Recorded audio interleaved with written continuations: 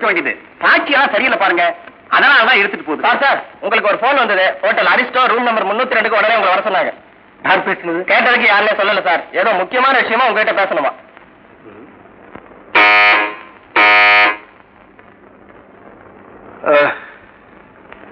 S come in. Daddy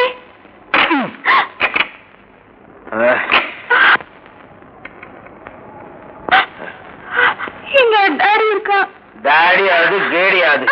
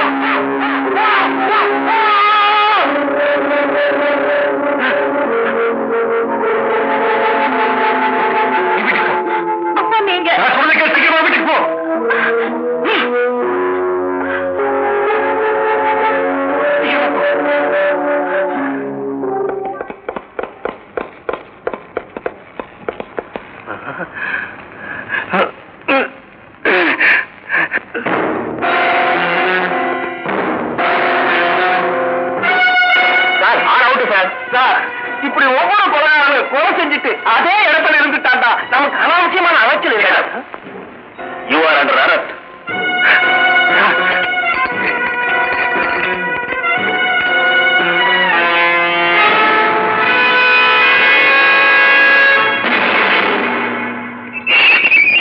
நான் நிரபராதி, நான் நிரபராதி, நான் நிரபராதி.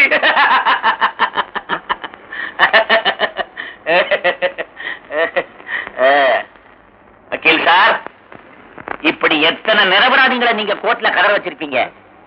என்னடா அப்படி பாக்குற? குத்தங்களை கூட இருந்தே பண்ணவன் இப்படி குத்தலா பேசுறான்னு பாக்குறியா? ஏய் உட்கார்ற.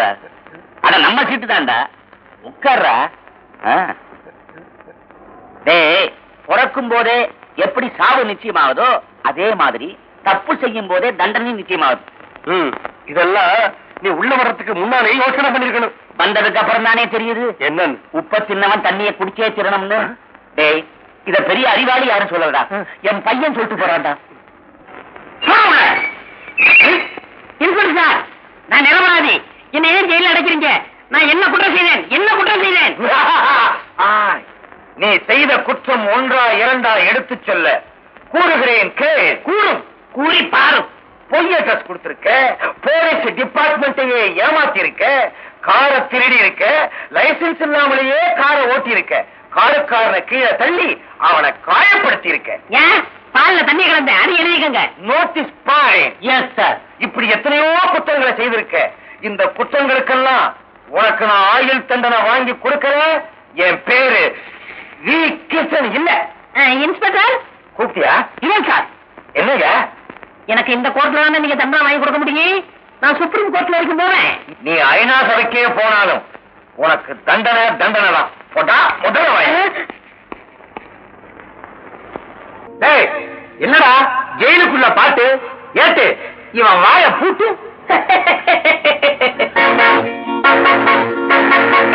எனக்கு ஒரு சோதனை வந்தா என் தெய்வத்துக்கிட்ட முறையிடுவேன். ஆனா என் தெய்வத்துக்கே சோதனை வந்தா நான் யாருக்கிட்ட முறையிடுவேன்? கர்ணா.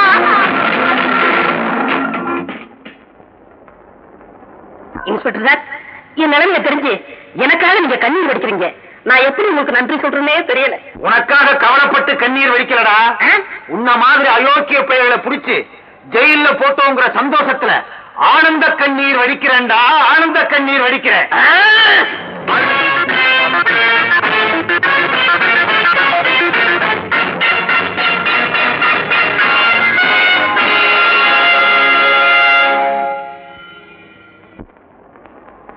கையெல்லாம் கப்பி வாங்கிட்டாங்க. நிலைமை கட்டுக்கடனா போயிடுச்சு. கையெல்லாம் கப்பிச்சு போடாம இருக்கு. ஆமா, ஃபாலோ மீ. புடிங்க. என்ன என்னங்க? ஓடியாங்க தோழர்களே, ஓடியாங்க, தப்பிச்சு ஓடிடலாம். ஓடியாங்க, ஓடி சொல்றா, ஓடிடலாம்.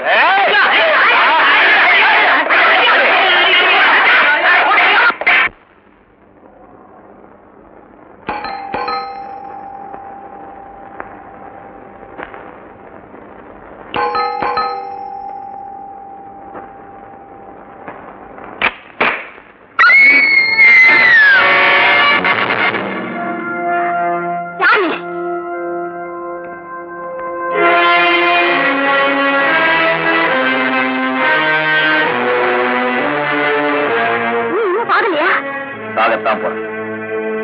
இன்னும் 2 பேரை சாகடிச்சு. அடா பாவி, எனக்கு இருந்த ஒரே தங்கச்சி அநியாயமா சாகடிச்சு. இன்னுமா உனக்கு அந்த வெறி தீரல.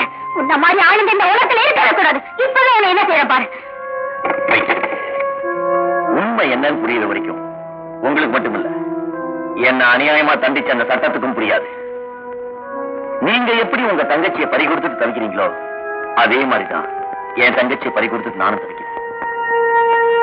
உங்க தங்கச்சியோட கர்ப்பத்துக்கும் சாவுக்கும் காரணம் நான் தான் சொன்னது எல்லாமே போய். இந்த உண்மையை நான் ஏன் அன்னைக்கே கோர்ட்ல சொல்லணும்னா, சாட்சியங்களும் ஆதாரங்களும் என்ன குற்றவாளி நிரூபிச்சதுக்கு அப்புறம் என்னால என்ன பண்ண முடியும்? நீங்க என்ன நம்பலன்னா இந்த போட்டோவை பாருங்க.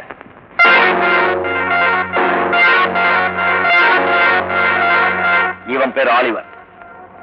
உங்க தங்கச்சியை காதலிக்கிறதா நடிச்சு ஏமாத்தி அவங்க ஃப்ரெண்ட்ஸோட சேர்ந்து கற்பழிச்சு கொலை பண்ணிட்டான். என் தங்கச்சியோட சாவுக்கு காரணமும் அவங்கதான். இதுக்கு உடந்தையா இருந்தவங்க அந்த இன்ஸ்பெக்டர், வக்கீல், உங்க டாக்டர். உங்க தங்கச்சியை கெடுத்த ஆலிவரையும் அந்த டாக்டரையும் பழி வாங்கணும்னா எனக்கு உங்க உதவி தேவை.